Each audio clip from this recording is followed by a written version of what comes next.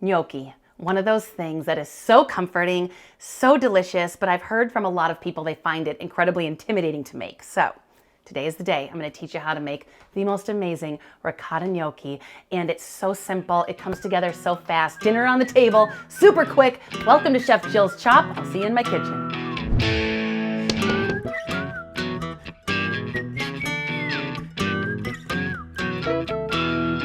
All right, so right off the bat for your ricotta gnocchi, you need some ricotta. Now, I like to get, when you find the ricotta at the grocery store, always get the whole milk ricotta. It might say Italian style, might say whole milk on it, but you don't want the partly skim, right? We want some nice, rich ricotta. And even the really rich ricotta, like the whole milk, still is a little bit wet and a little bit watery. So what I want to do is I want to get it on some paper towels. And this sounds kind of weird, right? Because you're going to think that the ricotta is going to stick to the paper towels, but this is an extra step that I believe in. You don't have to do it, but I have found it works so much better. And I just press it and just get a little extra moisture off it. That's all you're doing. Also, I have a big pot of water coming to a boil because unlike pasta dough, this does not have to rest. Once it's ready to go, you can cook it. So I'm gonna pat that, and look at how the paper towel comes right off. Did you get that, Stephen? Watch this. Press, press, press, press. Nice and clean, but you can see the water it took off. So for me, an important step for perfect ricotta gnocchi. So I got 1.5 cups of ricotta gnocchi. Now we gotta add a few things. We're gonna add 3 egg yolks. So dropping in 3 egg yolks. I'm also gonna drop in 1 cup of all-purpose flour. Now, if this is the part in the comments where you say, can you use a gluten-free flour?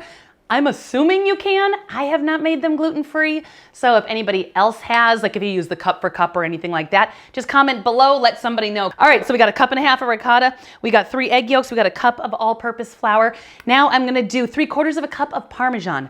And for this Parmesan, I grated it myself. I don't want the shredded, okay? I don't want the big strands of it, right? I want this really finely, beautifully grated, fresh Parmesan in there. That way it'll melt into the gnocchi and not like make it gritty. You know what I'm saying? Oh, and don't forget, most important thing, let's get some salt in here. A decent amount of salt, like a really good pinch of salt. Speaking of, let's go ahead for our water that's about to start boiling, get a crap ton of salt in there too. And if you've ever watched any cooking video on the planet where they're making pasta, you notice chefs make a really big deal about putting a lot of salt in water. We don't do it for our health. It's really an important step. Don't skip it. Come to a boil. I got a little bit of homemade red sauce here on the side too, but really this is fabulous with everything. So now I've got all my ingredients in, super easy.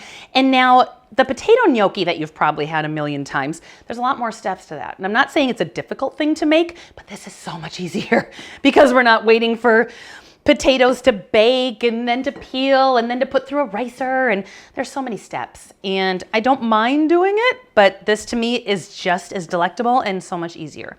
So this is gonna seem like a really dry mixture right now. You're gonna go, oh, I need more liquid. Don't think that yet, okay? It takes a minute. It takes a minute for that cheese to absorb that flour and that Parmesan, so I just kind of gently keep pushing it together.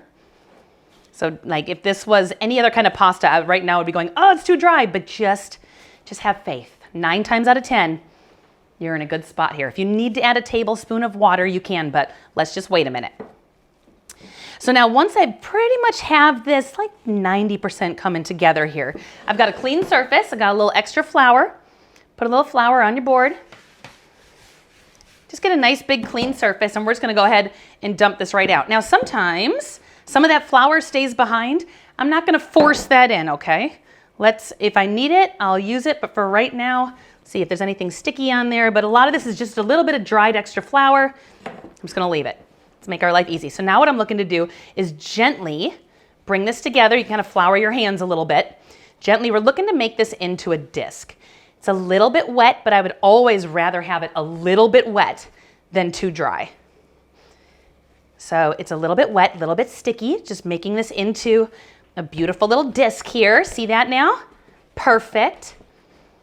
And I'm gonna add a little more flour onto my board, make sure nothing's sticking. And what I wanna do now, you can do this with a knife. For me, I'm a big believer in the pastry cutter here. I use it for pasta all the time, but I'm gonna cut this in half, and then I'm gonna cut these into thirds. Just kind of set those to the side. And we're just gonna, roll out three, we're gonna divide these up and one at a time, roll these into logs. Let me get rid of this. I'm gonna put a little flour down just to make sure nothing's gonna stick. Also some flour here, because this is where we're gonna transfer them to. All right, so now you got your beautiful piece of ricotta gnocchi here. I just kind of gently roll it in my hand for just a minute, just to get it started, and then plop it down. Now, as you start to roll, you're gonna start spreading your fingers a little bit, and that's what's gonna help it stay nice and even, just like this. And I'm looking for, I usually say I go about as thick as my thumb. That's how I like it. You do it however you want, but that is perfect. Now, I'm gonna go ahead and do about 1-inch pieces. Look at how quickly this came together. This is like thrilling for me because honestly, dinner that comes together fast, that tastes like just wonderful homemade Italian food is one of my favorite things on the planet. So look at, we got one done already. Here we go. Again, make sure you got enough flour. I know, aren't they pretty? They're so pretty. So now, not only do these come together incredibly fast, but then they cook incredibly fast. They take about 1.5 minutes, 2 minutes. The moment they float to the top, they're done. Look at, spread those fingers, here we go. We're gonna do this with all 6 pieces, just like that. And if you notice, like this one's a little bit thicker than down here, just spread that one for a second. Look at that, boom. Boom. All right, let's keep on rolling.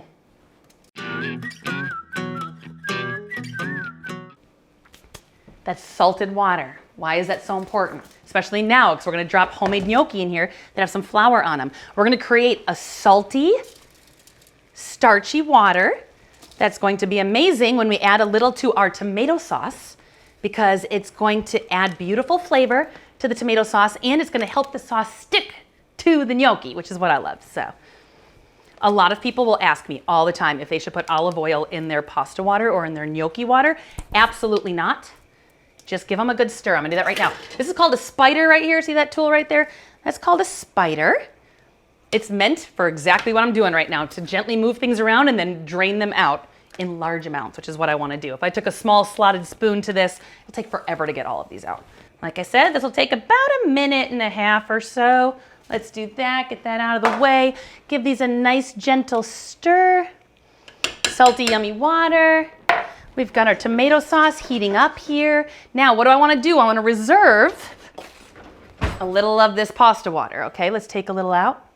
We're gonna reserve some of that. It's salty, it's starchy. We'll add it into our sauce to help thin it out a little bit and help it stick to the gnocchi. Tell me that wasn't so easy. Stephen, are you genuinely surprised at how easy that was? Yeah. Okay. There's no like rolling them with your fingers or anything. You just chop them up. I just chop them up. You could technically, like I have a gnocchi board, and if you wanted to roll them and get the beautiful crevices on them and everything, you can, but I'm a 41-year-old mother of 2 running a full-time business. I do not have time to be making crevices and gnocchi, but if you are learning to cook and you want to make perfect gnocchi, please feel free to do that. I'm not in the mood. I'm just throwing my towel around too. All right, just starting to float, but I'm gonna wait till they're all popping up. Now, 2 things that I should tell you while we're waiting on these. One, after I chop them up and put them on this board, if you then want to freeze them, do it. What I do is I leave them flat in a single layer and I freeze them that way. And then I pull them out and then I divide them into bags. If you were to dump them all in a bag and put them in the freezer, you will end up with one humongous gnocchi that will take a lot longer than 1.5 minutes to cook. Also, if you aren't a huge fan of like the soft, pillowy gnocchi like this, gnocchi, not sure why you wouldn't be, but if you're not, hit them in a screaming hot saute pan with butter when they come out and it'll add a beautiful little sear on them and a crunch. I've done that many times. Okay, we're floating. So we're gonna go ahead and take these floaters right here, bring them right over to our sauce. Any of them that are floating, grab them. That's how long it takes. That's it. Beautiful. And then I'm gonna go ahead and add a little of that pasta water in here just to help thin it out. And now just let them kind of finish cooking in here for just a minute. And we are good to go. We'll season this up, make sure it doesn't need salt and pepper. Maybe we need a little more Parmesan on the top. I don't know. We're in Wisconsin. That's what we do. You don't measure that kind of stuff. You measure that with your heart, that cheese. All right, so we're gonna let it finish cooking in here. Stephen, are you ready just to try Aprill before it's completely done, but you still have to, Stephen's my taste tester. He's young and trendy and hip, and he lets me know when I'm not. So, or if he doesn't like something, he can't lie to me. So I'm gonna get one. It's gonna be hot. We're gonna switch. I'm gonna grab the camera. I'm putting that right there for you. Let's see how you do here. All right, get her done. If you don't like it, you better lie because I don't want these people to not trust me anymore. All right, it's about to be. Blow on it. It's gonna be hot. Yes? Yeah. Seasoned appropriately, or do we need to add a little anything in there? Like, how do we feel? Because you know I'm a salt monster, so I usually oversalt things. Salt's good? Parmesan? Can you taste the Parmesan in it? Okay. It's soft. Wonderful. Look at, I got the camera. Look at you panic thinking I'm going to drop it in the water. You know what? Take it back. Take it back. Scary. All right. Try this. Tell me if you love it. Write it in the comments. Look, it's going to take longer for me just to clean up this mess than it did to actually throw this beautiful homemade dinner together because there's flour everywhere. But that's why I had children. Prep and clean, baby. Are you taking a picture of my mess? That's rude. All right. Thank you for joining Chef Jyll's Chop. Make sure to subscribe, and I will see you very soon to make more easy food fabulous.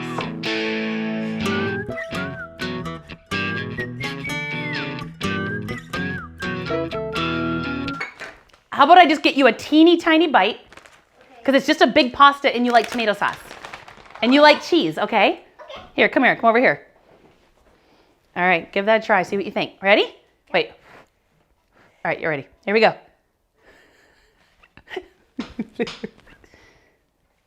You like it?